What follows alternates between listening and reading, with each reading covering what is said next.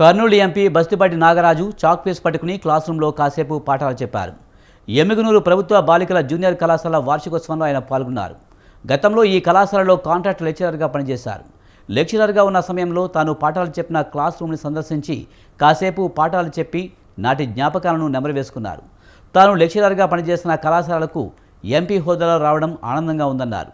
లెక్చరర్గా ఉద్యోగం మానేసిన తర్వాత సంవత్సరం పాటు బాధపడ్డానన్నారు.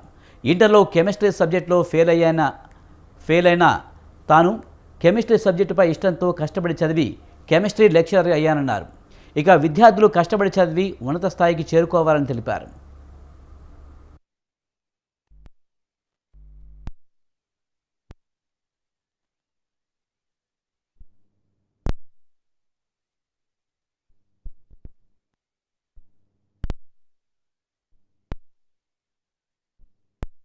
నేను సేవ చేయాలంటే ఇది కాదు, ఒక క్లాస్ రూమ్లో 30 మందికి చెప్పాను ఇంతమందిని సేవ చేయగలుగుతాను, నేను ఒక స్థాయికి పోవాలని చెప్పేసి ఆ రోజుల్లో ఈ వృత్తిని వదిలిపెట్టి వెళ్ళిపోయాను. వదిలిపెట్టే రోజు నేను చాలా బాధపడ్డా. నేను చదివింది కెమిస్ట్రీ, నేను ఎట్టుపోతున్నా అని చెప్పేసి మా ఇంట్లో వాళ్ళంతా కాస్త బాధపడినారు. ఒక లెక్చరర్ అంటే అది ఎటువంటి పోస్ట్ అయినా కానీ టీచర్ పోస్ట్ అంటే ఒక గౌరవప్రదమైంది, దాన్ని వదిలిపెట్టి నువ్వు ఎక్కడ పోతున్నావు అని చెప్పేసి నాకు కూడా బాధ అనిపించింది.